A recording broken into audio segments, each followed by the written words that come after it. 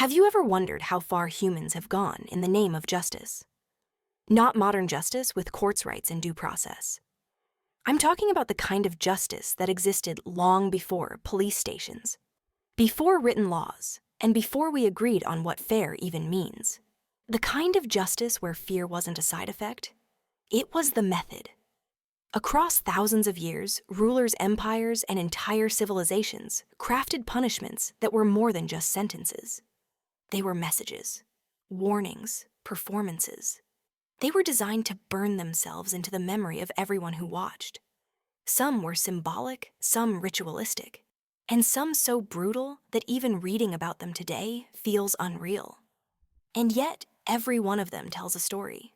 A story about power, fear, belief, and the desperate attempt to control chaos in a world without modern systems. So in this video, we're going to look at some of the worst punishments in human history, not to sensationalize them, but to understand what drove people to create them in the first place.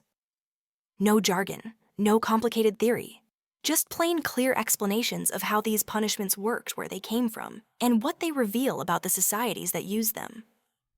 Let's begin. Let's imagine for a moment that you lived 1,000 years ago. There were no surveillance cameras, no police patrols, no modern justice system, and no sense of human rights as we understand them today. If someone wanted to keep order, they had to rely on something far more primal: fear. Fear so strong that just hearing about a punishment could stop you from even thinking about committing a crime. And throughout history, fear came in many shapes, some of them brutal, some theatrical, and some almost unbelievable. Today, we're going to explore the worst punishments humans have ever invented. Not to glorify them, but to understand why they existed, why societies used them, and what they reveal about the people who came before us. And don't worry, no jargon, no complex terminology.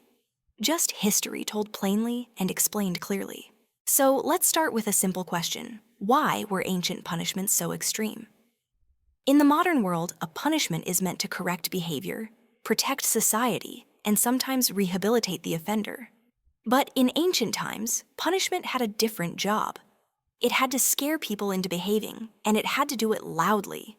Because if you didn't have advanced law enforcement, you needed something else that worked instantly: public terror. And the easiest way to make people terrified was to turn punishment into a spectacle. Something everyone could see, remember, and never forget. On top of that, many societies believed that punishment wasn't just about the body. It was about the soul, honor, family, and reputation. In some cultures, how you were punished mattered more than the crime itself. Being humiliated or mutilated could mean destroying your legacy forever. With that in mind, let's take a trip across different civilizations and look at some of the most terrifying punishments ever recorded. And we'll start with one of the most infamous: Lingchi, also known as death by 1,000 cuts. If the name itself sounds dramatic, the reality was far worse. Imagine standing in a crowded public square. Everyone is watching: men, women, even children. In the center is a platform, and on that platform stands the condemned person. Lingchi wasn't designed to kill quickly. It was designed to strip away the body bit by bit. Small cuts at first, then deeper ones. The idea wasn't just to execute someone, it was to erase them physically and symbolically. In some periods, the belief was that if your body wasn't whole, your soul couldn't be whole either, which meant the punishment continued even after death. But here's the twist: sometimes, to make the ordeal last longer, the victim was given opium beforehand. Not for mercy, but to keep them conscious and prevent them from passing out too early. It was punishment as performance, and everyone in the crowd knew exactly what they were supposed to feel: fear. Because if this could happen to that person, it could happen to anyone. Now let's move to a punishment that sounds almost mythical: execution by elephant. Across parts of India and Southeast Asia, elephants weren't just noble animals or royal symbols, they were executioners. These elephants were specially trained, capable of crushing a person instantly, or dragging out the process for minutes, depending on what the king ordered. A simple gesture from the ruler could mean a quick death or a slow, terrifying one. The message was clear: the king controlled life, death, and even the animals. And elephants added something else: symbolism. They were massive, powerful creatures associated with strength, divinity, and authority. Being killed by one wasn't just painful, it was a reminder of how small you were in front of the state. Now let's jump to ancient Greece and meet one of the strangest inventions in the history of punishment, the Brazen Bull. Picture a sculpture of a bull made entirely of bronze. It's hollow on the inside with a small door. The condemned person would be placed inside, and a fire lit underneath the bull. As the metal heated up, the inside turned into an oven. But that wasn't the only horrifying detail. The bull had a series of pipes built into its nose and mouth so that the screams of the victim would be transformed into something that sounded like the bellowing of a real animal. The punishment wasn't just execution, it was theater. But here's the darkly ironic twist. The inventor of the Brazen Bull presented it to the tyrant Phalaris as a brilliant new method of punishment. Phalaris listened to the idea, admired the craftsmanship, and then tested it on the inventor himself. The first person to experience the Brazen Bull was the man who created it. Now, if you thought those were cruel, let's talk about something even more disturbing: Scaphism practiced in ancient Persia. This punishment was so extreme that many historians questioned whether it even happened, but the records are consistent enough to suggest it did. The victim was placed between two hollowed-out boats with their arms, legs, and head sticking out. They were force-fed milk and honey to induce severe diarrhea. Then, honey was smeared over exposed skin to attract insects. Over the course of several days, or even a week, swarms of flies, ants, and maggots would attack and consume the body. The boats trapped the victim in place, preventing movement, ensuring a slow and horrifying death. Scaphism wasn't just execution, it was degradation, a way to erase someone through nature itself. And because it took so long, it became a living warning for anyone who dared challenge the empire. But not every terrible punishment relied on elaborate machinery or exotic methods. Some were terrifyingly simple. Take the breaking wheel in medieval Europe.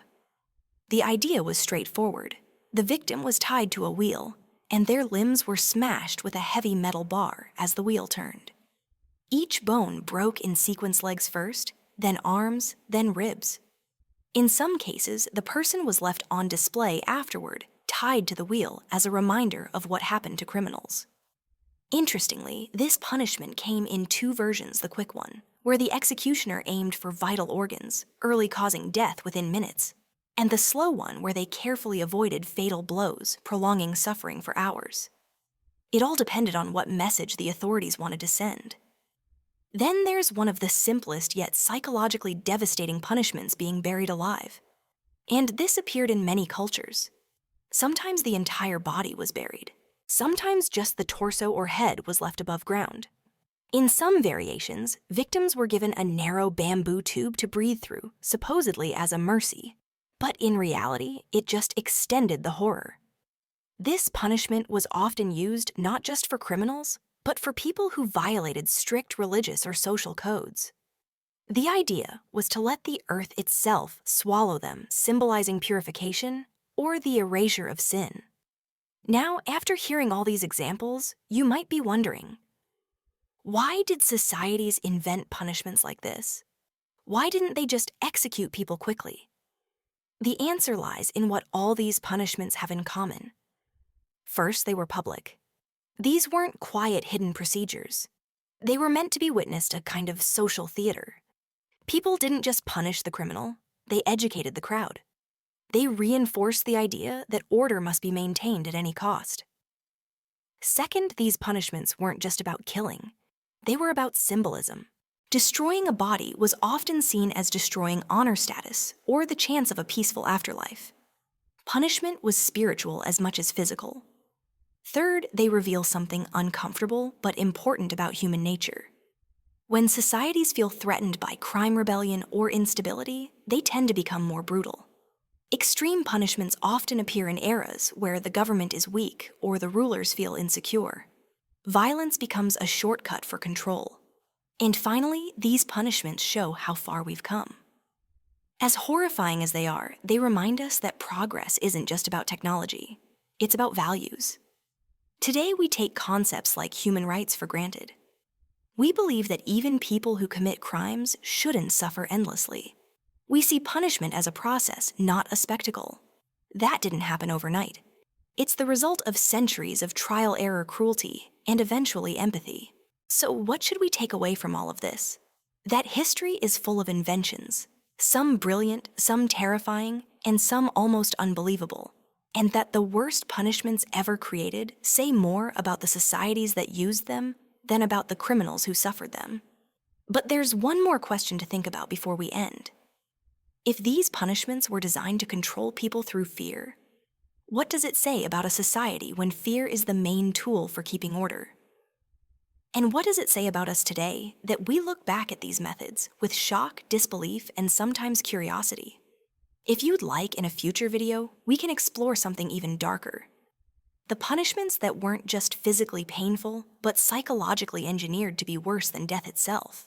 Or we can examine how modern punishments evolved from these ancient ones, and what ideas survived into today's justice systems. History is full of stories like these dramatic, strange, and sometimes unsettling. But by understanding them plainly, we can understand ourselves a little better too. So after exploring all these punishments, some theatrical, some symbolic, and some shockingly brutal, one thing becomes clear: fear was the most powerful law enforcement tool in the ancient world. People didn't obey because they respected the system. They obeyed because they were terrified of what would happen if they didn't. But as extreme as these punishments were, they also mark the starting point of something important.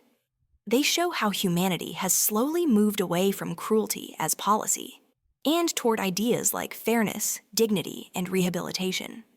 Today, we argue about what justice should look like, how prisons should function, and how to treat people humanely. The fact that we even debate these things is proof of progress. Yet history always leaves a question behind. If these are the punishments humans once accepted as normal, what will people in the future think of our systems today? Will they look back with the same shock and disbelief? Or will they see this moment as just another step in a long journey toward something better? If you want to explore that question, or dive into more strange, dark, or fascinating corners of history, let me know in the comments below. And if you enjoyed this video, feel free to subscribe for more stories, explained plainly, clearly, and without jargon. Thanks for watching, and I'll see you in the next one.